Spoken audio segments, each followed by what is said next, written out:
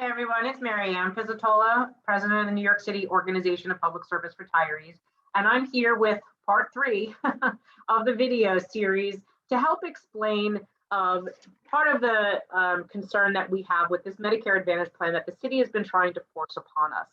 We sued the city in the summer of last year, and the case was won on our behalf. The judge found on our behalf on March 3rd. Since then, the city has appealed the decision as they don't agree with it.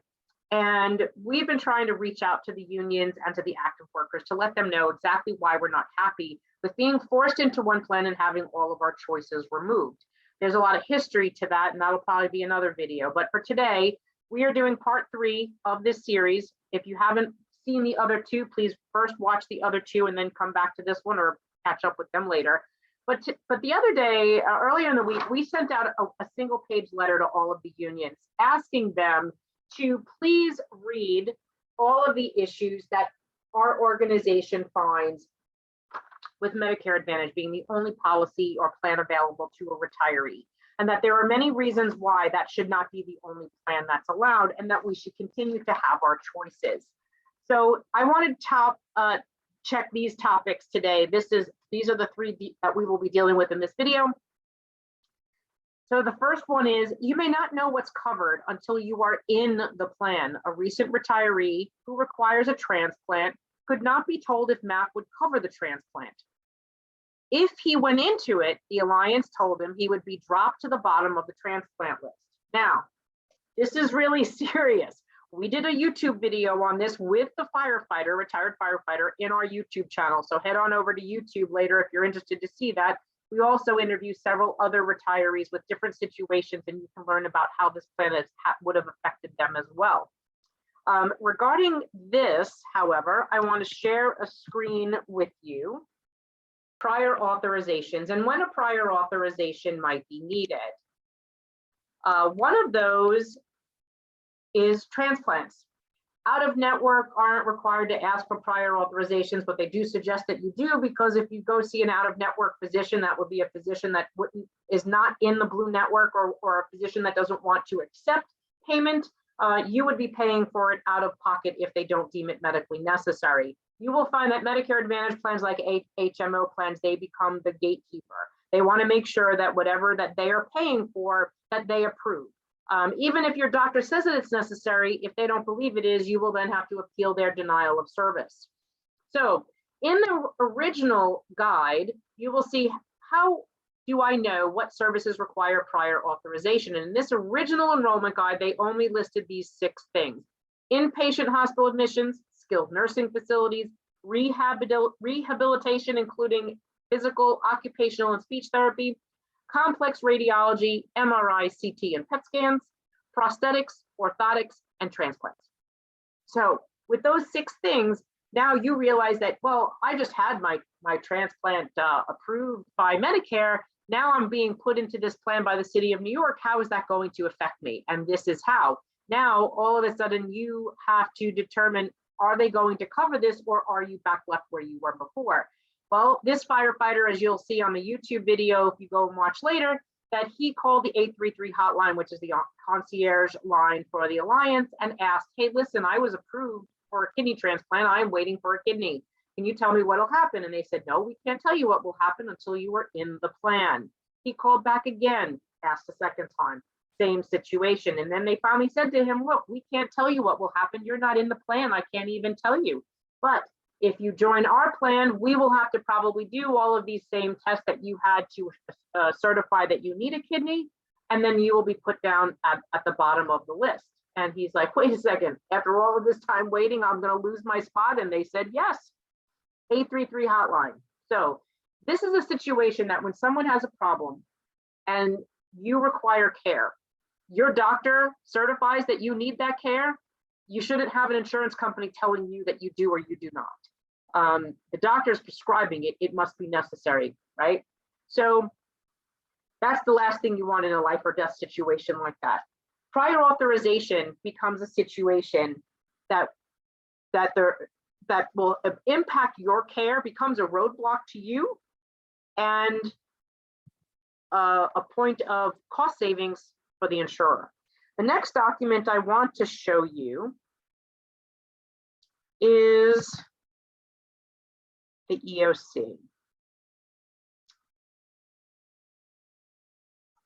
And I thought I had these organized a little bit better.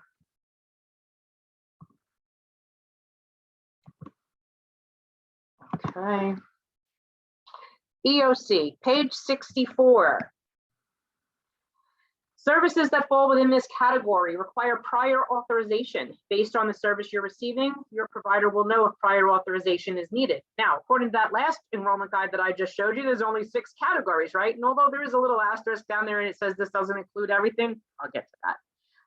However, we recommend that you ask for a pre-visit coverage decision to confirm that services you are getting are covered and medically necessary. Benefit categories that include services that require prior authorization are marked with an asterisk in the benefit chart. Now, I want to bring you to a third place, because when we were in court, in the Supreme Court in Manhattan, the judge did not like that we knew that there were more than just 6 items of care that needed prior authorization. So the judge agreed with us that this was a problem. We, as patients, should know exactly what the prior authorizations are. I should know what they all are so that I can make a determination, because under traditional Medicare and my supplemental through the city, I do not have prior authorization. Authorizations are done on the back end after my treatment or service, and they are typically approved. In the rare circumstance, and this truly is rare, that Medicare traditional and supplemental Medicare would deny a authorization or a bill for service that was already provided, it actually is the provider that's on the hook, not the beneficiary. Unlike Medicare Advantage, if it's not covered by the plan and you pay the doctor out of pocket, submit the bill for reimbursement. If they deem it not medically necessary, you are on the hook. We are on the hook. So the court case required the city put out a new document on prior authorization and list them all. However, as we're learning, there was more than what was even in this document. And here there was over 87, not the 6 that they put in the guide to first tell us, 87. So let's scroll down and take a look at them. Inpatient admissions, elective inpatient admissions, rehabilitation facilities, skilled nursing facilities, long-term acute care facilities. Clearly, if you're in a situation that you need skilled nursing or long-term acute care, I don't think that's a situation that the insurer should be telling you whether or not you need. Clearly, your physician is letting you know that. Outpatient services, orthotics, elective inpatient surgery, arthroscopies, cervical fusions.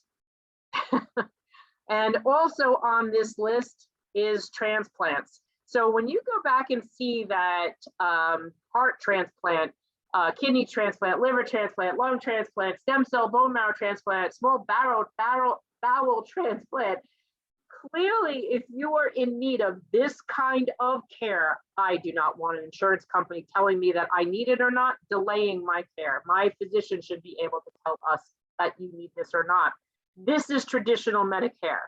Traditional Medicare, you see your doctor, he says, Marianne, I'm really sorry, you're going to need a kidney transplant. Let us schedule this for you, put you on the list, let's see what happens. This should not be something that's up to an insurer to decide, okay?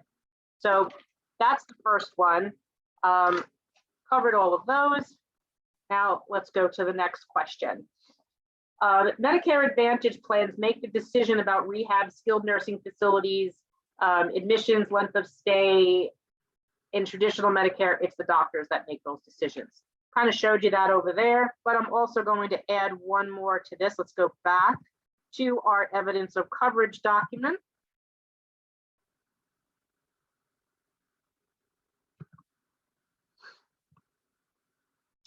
And we are going to go to page 20. Here is skilled nursing facility. You'll see the little asterisk up over here. That means that that is subject to prior authorization, one of those 87 different areas that requires prior authorization.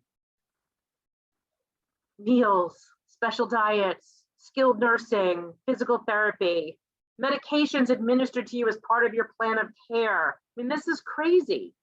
Blood, including storage and its administration, coverage of whole blood, packaged red cells, and all other components of blood begins with the first pint. I mean, come on. X-rays. And it goes on. Now I'm going to go to page 96.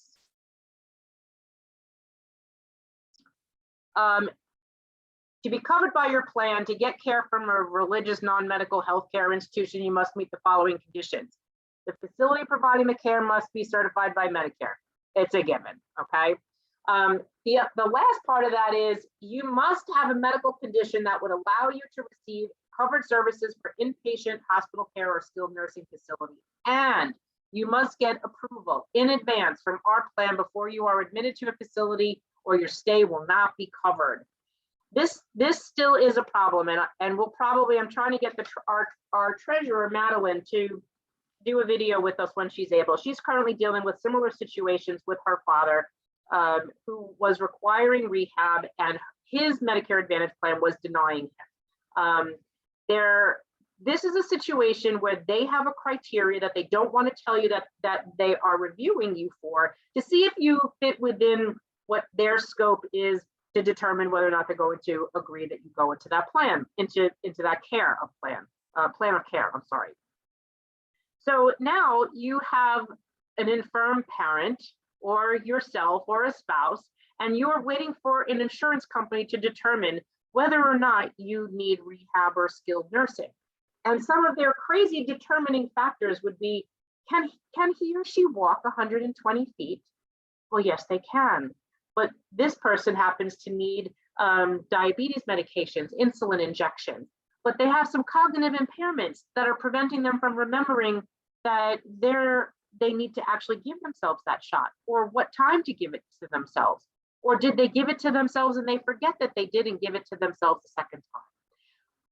When the criteria by the insurer is how far I could walk, and not whether I have the mental capacity to remember that I actually have to do it, that is a problem, and that should not be a determining factor. When a doctor says to you that, hey, you happen to need to go into skilled nursing and you need the care because assisted living or independent living or going back home isn't going to suit your needs, that shouldn't be up to an insurer. That should be up to a doctor to determine. And that's a problem, another problem. So here we're letting you know that rehab and skilled nursing is a requirement for prior authorization. I do not have that in Medicare. Prior authorizations, period, are mostly not an issue within traditional Medicare. The last one is the city removed all choices of healthcare plans from retirees. There were 14 to choose from.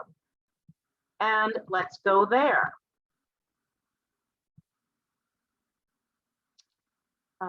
Let's see.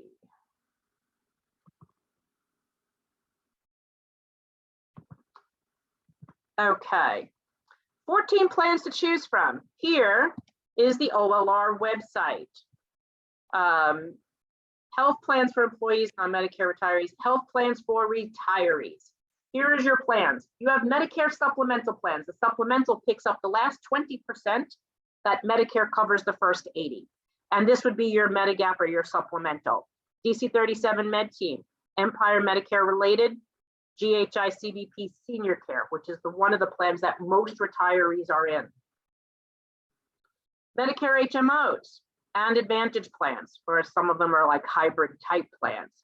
These are all listed here, as well as the GHI HMO Medicare Supplement Plan. So what did the city do? The city decided that last year, when they were trying to implement this Medicare Advantage plan, that they were going to get rid of all these other choices and funnel us all into the one plan that they wanted to. Why? Because that one plan was being funded by CMS, by the federal government. No longer would they have to pay for Medicare eligibles plans, and that the money that they would have spent for ours was going to be put into the stabilization fund for the unions to use, the city and the unions to use. The thing is that fund is called the Health Insurance Stabilization Fund, but it's not just used to fund health insurance premiums. It is used for a variety of things like budget shortfalls and one-time increases to welfare funds and increases or other benefits within collective bargaining agreements. Or if the city feels that that part of a collective bargaining agreement, the unions have to give money back to the city, guess what? It comes out of there too. But what is the MLC doing? The MLC, which District Council 37, UFT, all the other unions, and what we're finding is really the two big players is DC 37 and the UFT. Because under the MLC, there is a weighted vote. The larger the union, the more weight your vote carries. Who are the two largest unions? DC 37 and the United Federation of Teachers. Well, like we had said in other videos, this whole mess started with the 2014 UFT MOU. And in that contract, the teachers hadn't had a contract for 9 years. They made an agreement with the city that they would be given an 18% increase over those 9-year contracts. However, the city didn't have the money for it. So they said, hey, you partially fund it and we'll be okay with it. And you have to ask the MLC to agree to healthcare savings.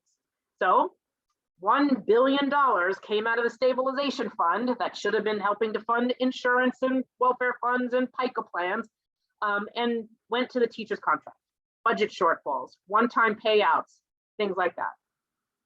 Then the agreement came, which meant Michael Mulgrew had to come back to the MLC and ask them to agree. Really, all he had to do was Henry Garrido from the District Council 37 to agree to do this. And he did. 2 of them voted that way. There were some grumblings from the other unions, but pretty much everyone said, okay, well, this isn't a bad thing. We're going to save money and this will work out for all of us. Well, it really wasn't how that worked out, was it? All of a sudden, 2014 MLC agreement comes out, everyone's making money. The fund is. The savings are being realized. And then there's no money. Where did all the money go? So when you start to think about some of how this all transpired, people are pointing fingers to all the different unions, but actually all of the locals have a little bit of to blame here, because unfortunately, the MLC did not tell all the locals where all of this money was going, where it was coming from, and how reasons for money coming out of the fund, what those reasons were, or how the money was coming in, or where the money was going when it was going out. That information wasn't always shared, and it's not being shared with us, that's for sure.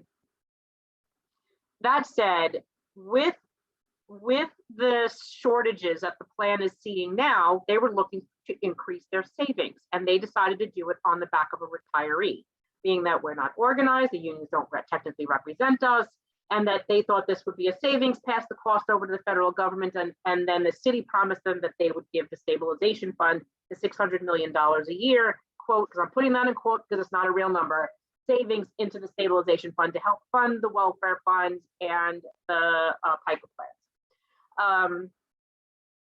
That is not happening because the city decided that since we won the lawsuit, they were going to challenge it because they were not getting the money into the plan on the backs of a retired person. The penalty premium from the other video was not being instituted, which meant that they weren't going to get the funding because they knew people would opt out. And the judge said basically, in order for this plan to stay on the table, in order for the plans to be free to retirees, that if the plan remained on the table and it was under the cap of HIP HMO, it had to remain free, which meant GHI Senior Care could not be attached to a penalty premium of that $200. So with all of these different components that made this thing come about, you could see where we got to today. These are the 3 topics for today. With those choices being gone, the city chose that only the MA plan would be on the table. Now, some retirees said, hey, that's new. When did that happen? Because we hear that Claire Levitt from OLR is trying to make sure that the only plan left on the table is the MA plan, not senior care or Aetna or any of the other plans, Empire Plan or whatever, that we may have been using, any of those 14 plans.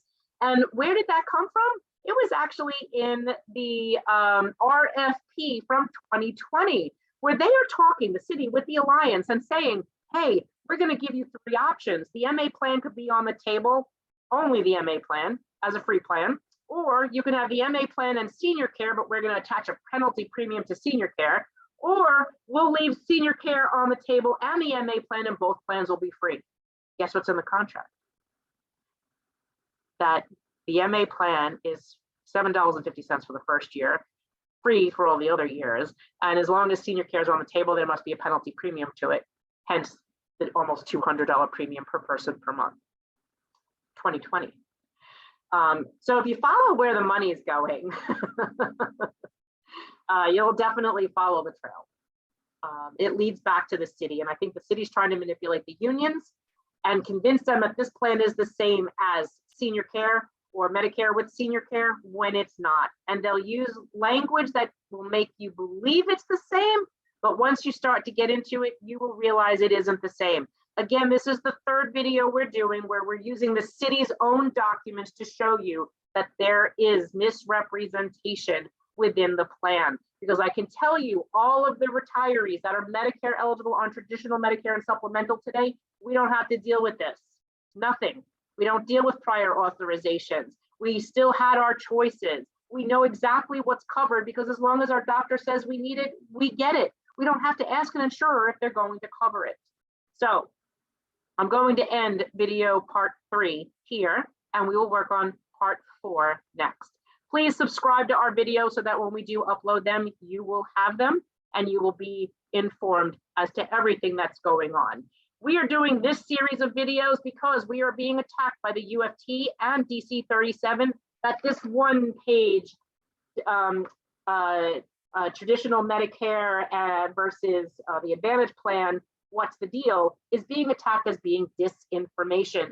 I wanted to make sure, as did our board, that all of you know that what's in this letter is 100% truth, because we are using their own documents to show them and their videos that what's in here is absolutely correct. Problem is the unions just believe what the MLC said and OLR, and they really didn't look into it.